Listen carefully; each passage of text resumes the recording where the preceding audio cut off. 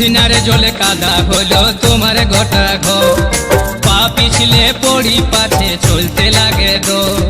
উঠনারে জলে কাদা হলো তোমার গোটা ঘর, পা পিছলে পড়ি পাছে চলতে লাগে গো।